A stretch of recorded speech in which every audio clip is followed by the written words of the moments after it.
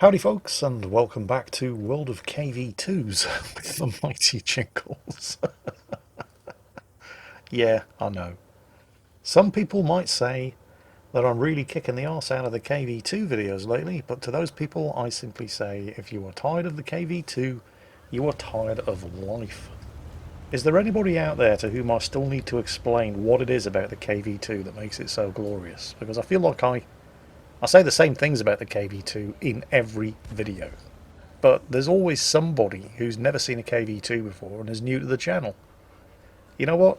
I'm not going to explain it this time. Just watch. A picture paints 1,000 words. All I'm going to say, 152mm howitzer, high explosive shell that does 910 average damage if it penetrates, 910 average damage, and then take a look down here at the KV2's hit point bar. You can work the rest out for yourself. Or was that quote, when a man is tired of London, he's tired of life? Nah, it was definitely KV2s. Katuna here, I'm assuming that's how it's pronounced, is definitely not tired of the KV2. Although his opponents are probably going to be tired of life very, very soon. So many tanks that this thing can kill in one shot when it's top tier. Even after the low tier hit point buff. I mean, oh.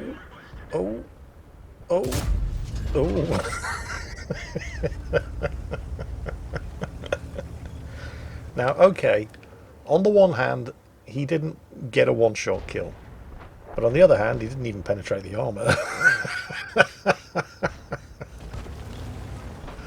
Unfortunately, thanks in no small part to the efforts of a KV2 on the enemy team, Katuna's team are getting their arse handed to them. That's the first kill, the Stug, which is a bit of a blow to morale. The scores are 1-4. Actually, no, 1-5, 2-5. Things are not going in his team's favour. Katuna, you need to get that gun firing again. There's got to be something around here worth shooting at. And there is. Oh, it's the enemy KV2. Oh, okay, can everybody please press F to pay respects for the enemy KV2? That's going to give his team a fighting chance. It's not looking too bad now. 4 kills to 6. SU-100 up front just got a decent shot off, and he's staying there rather than falling back. What is it with all of the heavies who hide behind the tank destroyers? It's not just Katuna here in the KV2. There's a T-14 there as well, cowering behind the SU-100. Although perhaps that's not a case of everybody cowering behind the SU-100. Maybe that was the SU-100 just getting stuck in, and it doesn't seem to have done him any harm. He didn't take any damage. The same, however, cannot be said for the rest of Katuna's team, which consists of 6 surviving tanks. Katuna, however, is determined to follow the example set by the SU-100, and is getting stuck in. Killed a KV-1, even if it meant taking a hit. The T-14 finally found his W key. He's angled quite nicely there, and here comes the SU-100 with the big 122mm gun.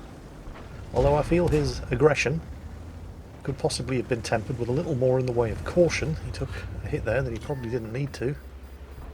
Oh, is this? Yeah, that is another kill. Of course it's another kill. Still not looking good. Scores are 6-10. Enemy team a 4-kill lead. Oh, me and my big mouth. Another one bites the dust. A 5-kill lead. T-14's going for it. Enemy Type 58 trying to circle around him, which probably seemed like a good idea at the time. But it wasn't. Oh, this never gets old. The trick, of course, when you're in this kind of situation, outnumbered as heavily as this, with only 4 tanks surviving on the team, is to stick together, focus your fire, and try to reduce the number of guns shooting back at you as quickly as possible. Because when you're outnumbered 2-1 like this, if the enemy all swarm you at the same time, it doesn't matter how big a gun you have. Oh, what a shot. Just the KV2 doing KV2 things. You do have to stick together, however, and try to conserve your health, not go charging off, unsupported, straight into the teeth of a vastly superior number of enemy tanks, as the T-14 just did, although the SU-100 has managed to pull back another kill. They're still out. Oh shit, there's a hetzer behind him. Oh! Okay, the Hetzer loaded high explosive, expecting to be able to penetrate the KV-2's rear armour, but didn't, so that was great news for Kachuna. Hetzer couldn't back off in time, gets a shot off, expecting to die, and Kachuna misses, but that's okay. Ramming speed. Hetzer gets another shot off. By some miracle survives that crunching ram. The Hetzer is going to get another shot of high explosive off before he dies, of course. Ironically, have you noticed how all of the high explosive shots fired from the front have done 10 times the amount of damage of the high explosive shot that the Hetzer fired from the rear? You see, Hetzer? That's what happens in World of Tanks when you try to apply your brain to the situation. RNG says, fuck you. Well, even though the Hetzer didn't kill him, he did manage to slow him down long enough that there is no way Kachuna is going to get back to the cap in time to prevent the enemy from completing the capture process, so it's all going to be down to the artillery. The Bishop, played by some rock star and legend who, I don't think he actually hit the Stuart, but he was close enough to splash him and reset that cap. And he's also spotted him. And get out of here. What a shot! Holy shit, did you see that? M5 Stuart moving at full speed. KV2 says nope. And the Bishop's still getting stuck in. What an absolute legend. I mean, he's gonna die, but he's definitely earned his place on the team. Now the Valiant. Didn't penetrate the armour, didn't kill him, and it looks like he's just repaired his tracks and he's on the move. The gun is reloading. And, well, I think you all know how this goes by now. And as quickly as that, the scores are even. And the SU-100 is still alive. I mean, I don't know how much health he had when we last saw him, but I don't think it was more than 20.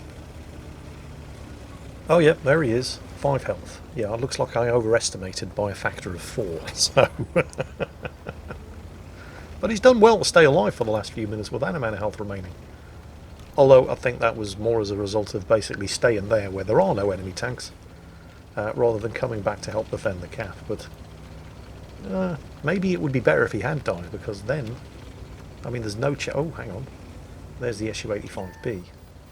And Kachuna has been spotted, and the SU-85B looks like he's pulling a U-turn, and trying, but failing miserably, to get the hell out of Dodge. But going back to my earlier, I have to admit, uncharitable thought concerning the surviving SU-100, it may have been better for Kachuna if the SU-100 had managed to get himself taken out a couple of kills ago, because that would have put Kachuna in line for a Kolobanov's medal, standing alone against the last 5 enemies and winning, to go with the, well, almost certainly high caliber and Pool's medal that he's just earned for the 10 kills. I know I'm going to take some flack in the comments for suggesting that it would have been better for Kachuna if the SU-100 had gotten himself killed a couple of minutes ago. And you know what? I deserve it. Because let's be realistic here. The SU-100 has done well to stay alive as long as he has, in the face of the overwhelming numerical superiority that the enemy team, until very recently, did enjoy. Kachuna's already going to get a high caliber, a top gun, and a Pool's medal for 10 kills. And you don't get any extra medals for 11 kills. So, instead of wishing that the SU-100 had gotten himself killed, let's instead be charitable and cheer him on. Let's hope he can get that second kill and finish off the enemy artillery. Because Kachuna's going to be sitting here in the cap circle, potentially getting himself an invader medal. Go SU-100. We believe in you. You can do it. Oh, he's found him. He's found the M41. Go SU... Oh, he's dead.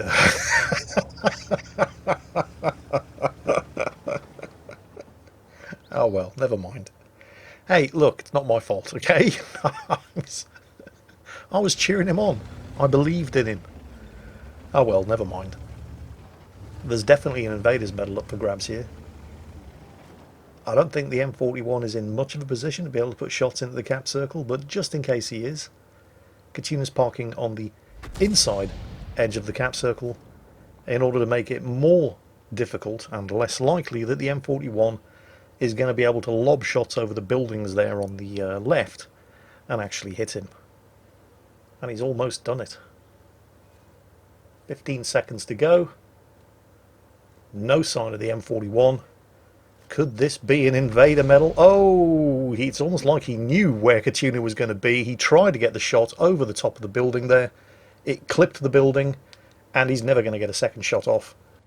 Not in time to prevent Kachuna from adding an invader's medal to his already impressive tally.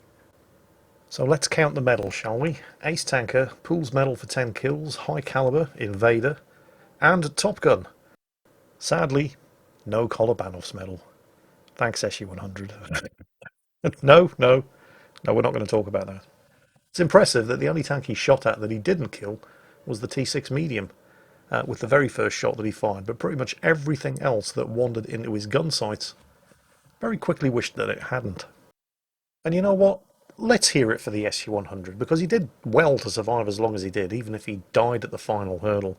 But he did finish second on the team in both damage done and experience earned. Admittedly, it was a very, very distant second to Kachuna in first place, but second place, while some people say is still just first loser, he did far better than most of the rest of the team. I mean, look at the bottom end of the leaderboard there. That's more than a third of the team that didn't do a single point of damage. I think it's fairly safe to say that Kachuna had his carry pants on for that match. So, Kachuna and the SU-100, well done to both of you.